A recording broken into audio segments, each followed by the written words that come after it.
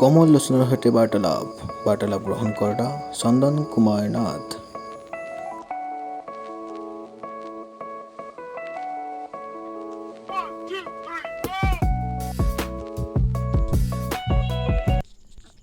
মোক চাগে চিনি পোৱা নাই ন? অঁ দাড়ি চুলি কাটি দিয়ে। আপুনি দাঢ়ি কাটি দিছে।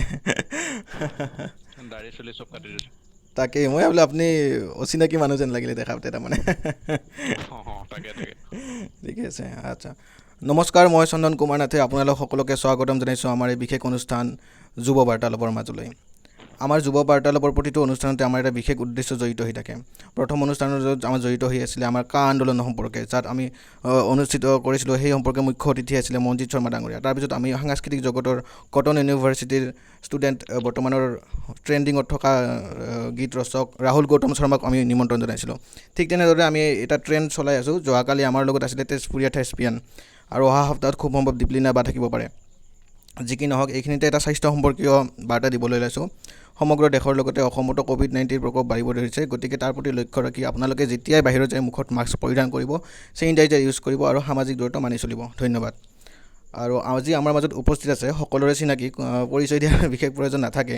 তেওঁ সকলোৰে হৃদয়ত বসবাস কৰা ব্যক্তি, আমি সকলোৰে চিনাকি তেওঁৰ এতিয়া চিনি নাপাব বাৰু। আপুনিতো বিয়াৰ্ড লুকটো চেঞ্জ কৰি দিলে। যি কি নহওক, আপোনাকতো নাম ক'লে সকলোৱে চিনি পায় বৰ্তমান। গতিকে মই ভাবোঁ আপোনাৰ নামটোৱে যথেষ্ট, মানে ফেচটো যেন তেন। গতিকে আজি আমাৰ আলোচনাৰ এটা বিশেষ উদ্দেশ্য আছে। যিহেতু কমল দাই অভিনয়ৰ ক্ষেত্ৰত বহুত আগবঢ়া ব্যক্তি আৰু বহুত এক্সপিৰিয়েঞ্চ আছে তেওঁৰ।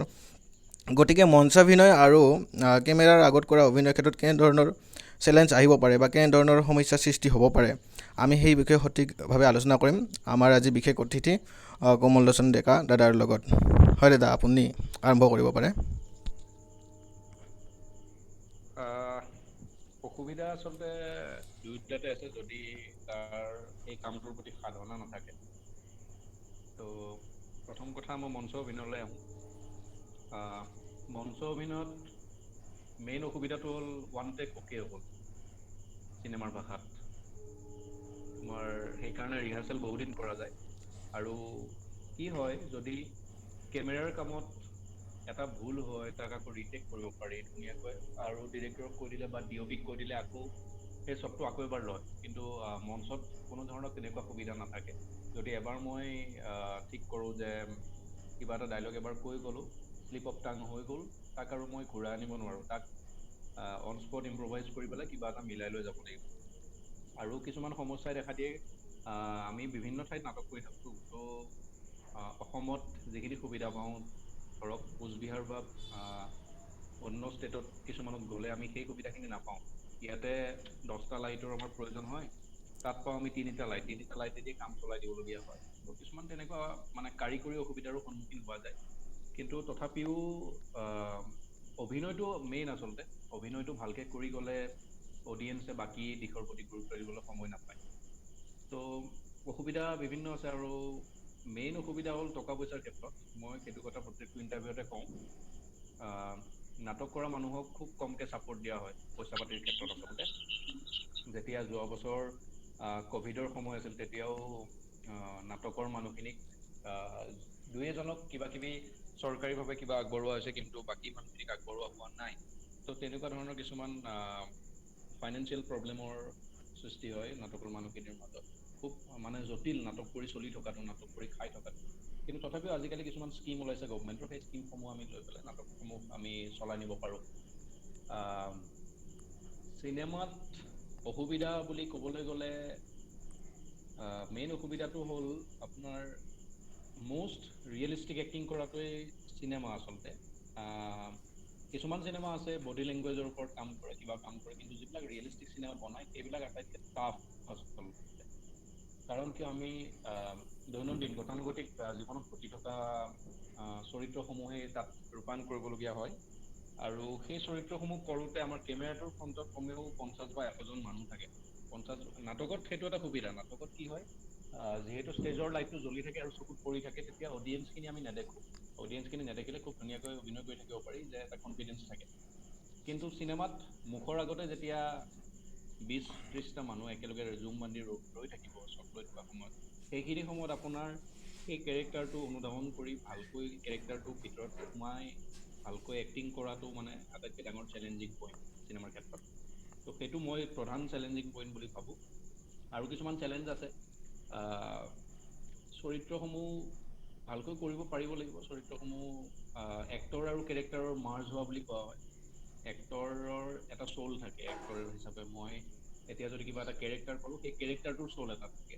তো এই দুটা চ'ল মাৰ্জ কৰি মই নতুন কেৰেক্টাৰ এটা জন্ম দিব পাৰিব লাগিব আৰু বিলিভেবল হ'ব লাগিব। যদি মোৰ চৰিত্ৰটো কৰাৰ সময়ত মোৰ নিজৰ ওপৰতে বিশ্বাস নাই যে মই ফাঁকি দি আছোঁ, তেনেকুৱা যদি হয় তেতিয়া অডিয়েঞ্চেও বিশ্বাস নকৰিব।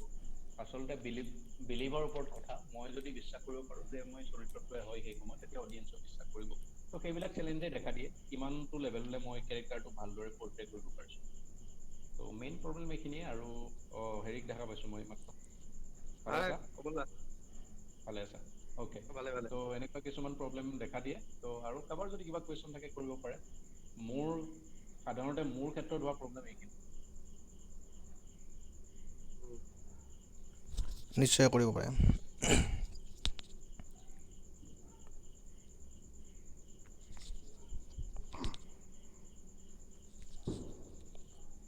আমাৰ অংশগ্ৰহণকাৰীসকলৰ পৰা কুৱেশ্যন কৰিব পাৰে, যিকোনো দাদাৰ লগত অভিনয় জগতৰ লগত জড়িত। চব মিউট হৈ আছে, আনমিউট কৰি ল'ব লাগিব। আৰু আপোনালোকে কুৱেশ্যনটো কৰোঁতে যদি নেটৱৰ্কে পাৰ্মিশ্যন দিয়ে, কেমেৰাটো অন কৰিলে ভাল হয়। আৰু নিজৰ পৰিচয়টো দিব, কোন ইউনিভাৰ্চিটিৰ পৰা। কাৰণ আমি ইয়াতে অকল তেজপুৰ ইউনিভাৰ্চিটি নাই, আমাৰ ইয়াৰ লগত গুৱাহাটী বিশ্ববিদ্যালয় আছে, আছাম ইউনিভাৰ্চিটিও আছে, ডিব্ৰুগড় বিশ্ববিদ্যালয় আছে। অ'কে। কমল দা হাই। হয়।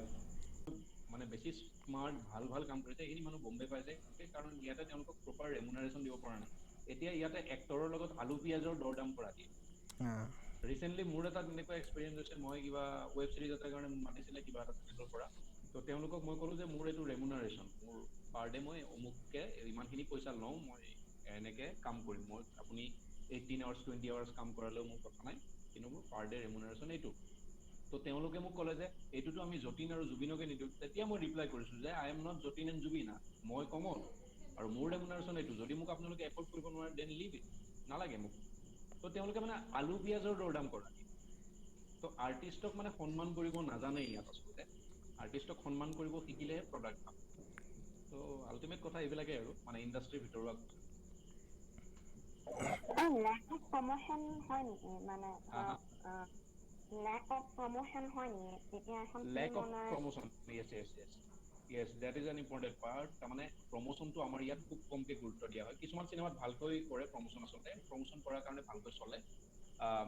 আচলতে কি হয়, যদি মই চিনেমাখনত 50 লাখ টকা মানে ইনভেষ্ট কৰিছোঁ মেকিঙত, প্ৰি এণ্ড পোষ্ট প্ৰডাকশ্যনত, এক্সট্ৰাকৈ প্ৰায় 30 বা 35 লাখ এটা প্ৰমোশ্যনৰ কাৰণে থ'ব লাগে।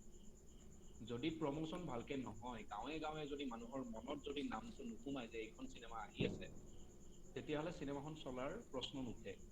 আজিকালিতো স্ক্ৰিনিং কৰা হৈছে, মানে গাঁওবিলাকত স্ক্ৰিনিং কৰা হৈছে। অলপতে আমাৰ চিনেমা এখন ওলাইছিলে গৰু বুলি। তো সেইখন চিনেমা অসমৰ বিভিন্ন এৰিয়াত মানে স্ক্ৰিনিং কৰা গৈছে। আমি প্ৰমোশ্যনটোৱে তেনেকৈ কৰিছিলোঁ, তাৰপিছত হল ৰিলিজ কৰা গৈছে।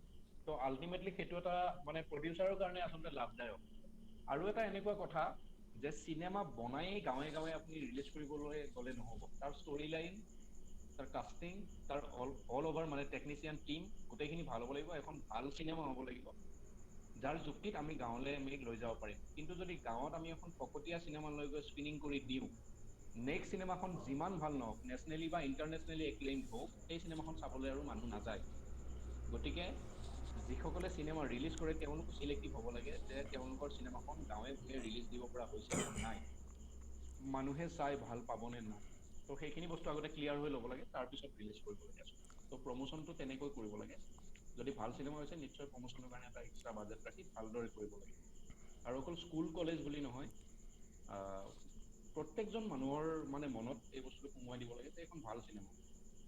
আৰু মানে যদি উপভোগ্য হয়, যদি মোৰ নিজৰ, আচলতে মই তেনেকুৱা মানুহ, মই নিজে চিনেমা এখন কৰিলে মই চিনেমাখন চাই লওঁ আগতে। চাই লৈ যদি মোৰ ভাল লাগে তেতিয়াহে মই প্ৰমোশ্যন কৰোঁ গাঁৱে ভূঞে, যে এইখন চিনেমা চাব আপোনালোকে ভাল পাব। যদি মই নিজে কৰা চিনেমাখন মই যদি বেয়া পাওঁ, মই কোনো পধ্যে প্ৰমোশ্যন নকৰোঁ। কাৰণ মই পেইড প্ৰমোশ্যন কৰিবলৈ নাযাওঁ। মানুহৰ 100 টকা বা 150 টকা ডেইলি ইনকামৰ পৰা মই এনেই কাটিবলৈ নাযাওঁ। যদি চিনেমাখন চাই কিবা এটা পায় তেওঁলোকে, তেতিয়াহে মই যাম। তো বাকী ক্ষেত্ৰতো মানুহখিনি তেনেকুৱা হ'ব লাগে আচলতে মানসিকতা, তেতিয়া উন্নতি হ'ব আৰু প্ৰমোচনটো ভালকে কৰিলে ভাল। এইখিনিয়ে ক্লিয়াৰ হৈছে? অ'কে। ধন্যবাদ ভালনে হোপফুলি আমাৰ অসমীয়া ফিল্ম ইণ্ডাষ্ট্ৰিটো ৰাইজ কৰক, চবে যাতে মানুহবোৰে অসমীয়া ফিল্মবোৰ চাই তাকে কামনা কৰিলোঁ। আৰু এতিয়া মই আৰু এটা প্ৰমোচন কৰি দিওঁ। মই এখন চিনেমা কৰিলোঁ একদম ৰিচেণ্টলি, একলব্য নাম। হয় জানো, গম একলব্যখন পাইছোঁ। আহিব অক্টোবৰ বা নৱেম্বৰত ৰিলিজ হ'ব। তো এইখন ভাল চিনেমা, মই নিজে কৰিছোঁ, মোৰ নিজৰ কনফিডেঞ্চ আছে, আপোনালোকে চাই নিৰাশ নহয়, এইখন চাব। নিশ্চয় প্ৰমোচন চাম, আৰম্ভ কৰি দিলোঁ দেই। নিশ্চয় চাম, নিশ্চয়।